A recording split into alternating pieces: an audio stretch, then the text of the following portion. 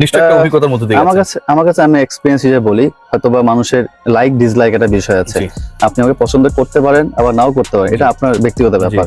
আমি যেটা মনে করি যে অনেকে চায় না যে আমি ন্যাশনাল খেলি, বা অনেকে চায় না যে আমি আবার কামব্যাক করি, অনেকে চায় না যে আমি ভালো খেলি, বিপিএল দল না পাই বা প্রিমিয়ার লিগ না পাই বা কোথাও না খেলি। বাট একটা কথা কি ভাই, আপনার রিজিক আল্লাহর কাছে। এটা আল্লাহ যদি আপনি কষ্ট করেন, আপনি যদি কাউকে মানেন, তাহলে আপনার আল্লাহ তাআলা আপনাকে এটা কোনোদিনই বাধা দিবে না। সো আমি সবসময় বিলিভ করি আল্লাহর উপরে, আমি আল্লাহর উপর ছেড়ে দিয়েছি যে তুমি যা প্ল্যান করছো, তুমি যেটা মনে করছো আমি অবশ্যই করবো। তা আমি আল্লাহর উপর ছেড়ে দিয়েছি, উনি রিজিকের মালিক। সো আমাকে রিজিক ছিল ঢাকার, তো ঢাকার রিজিক তো আল্লাহর মধ্যে হচ্ছে ভালো। এই যে বললেন যে অনেকেই চায় না সাবির, মানে আপনাকে নিয়ে তো সবাই কথা বলে, আপনি ধরেন ডিসিপ্লিন ভাঙেন, এটা করেন ওটা করেন, এরা আসলে কারা? মানে এইটা বলতে ভয়টা কেন? কারণ দিন শেষে তো এরা আপনার বন্ধু না, এবং এরা যখনই সুযোগ পাবে আবারও ধরেন আপনাকে খেলতে যেন না পারেন, সেটা যেই পর্যায়ে হোক সেই কাজটাই করবে, যেহেতু চায়ের আড্ডার সেই পাবলিকটা আপনি না। এরা আসলে কারা বলতে বা নামটা বলতে আসলে সমস্যাটা কোথায়? না এরা তো এমন না যে নাম বলে দিলে আপনার ভালো চাওয়া শুরু করবে। না আসলে নাম না, আসলে 18 কোটি মানুষের মধ্যে আপনি 50% মানুষ লাইক করবে, 50% লাইক করবে না। 50% এর বেশি মানুষ সাব্বিরকে লাইক করে। মানুষ হচ্ছে, বিষয়টা হচ্ছে এখন আপনার সামনে একটা আপনার হেড, আপনার পিছনে টেল।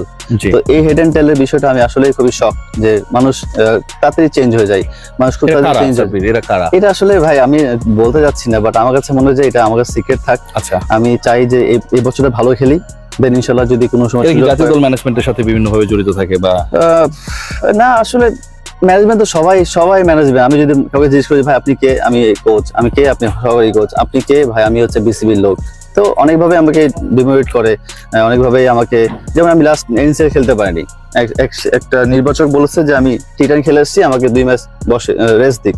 আমি বুঝি না আসলে টি10 এর সাথে ন্যাশনাল লিগের কি স্বাদ, আসলে আমার কোনো আইডিয়া নাই। এনসিএল আমাকে নেয় নাই, মানে আমি ইউকে তে 6 মাস খেলেছি রেড বল, যে বলে আমি বাংলাদেশে খেলবো এনসিএল, সেটা প্রিপারেশন নিচ্ছে, প্র্যাকটিস করছি, ফিট আছি, ইউএ টেস্ট দিয়েছি, অল গুড ভাই। তারপরেও নাই আমাকে প্রশ্ন করছে তুই লাস্ট 2 বছর তুমি কি করেছো?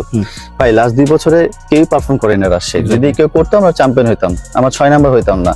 বাট এট দ্য সেম টাইমে লাস্ট 2 বছরে ভাই আমি আর সাব্বির হোসেন রান করছি রাজশাহী ডিভিশন হয়ে। আপনি দেখতে পারেন গুগলে, সাব্বির রহমান আর সাব্বির হোসেন লাস্ট 2 বছরে পারফর্ম করেছে।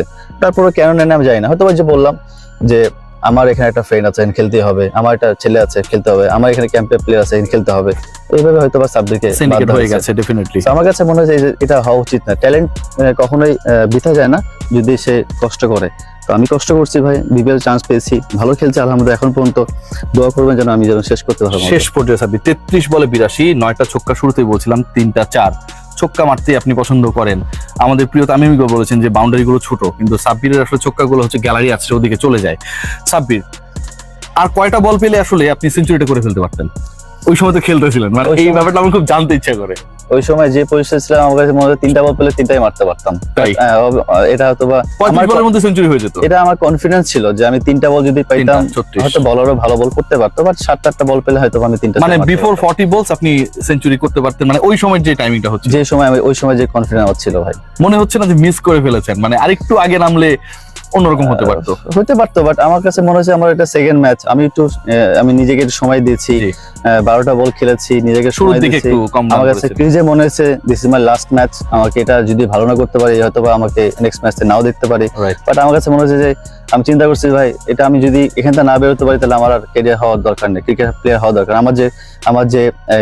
আমি যে কনফিডেন্স এসেছিলাম লঙ্কা টি10 থেকে, 3টা ম্যাচ খেলে নি, তারপরে এসে যে কামব্যাক করেছে, এটা পরে আল্লাহর gift. Thank you so much Sabbir Rahman.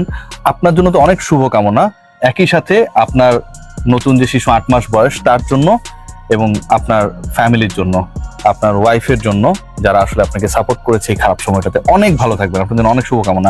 আপনি কিন্তু বাংলাদেশের মানুষ প্রচন্ড ভালোবাসে। থ্যাংক ইউ, প্রতিদান দিতে হবে। থ্যাংক ইউ, ভালো থাকবেন। Thank you.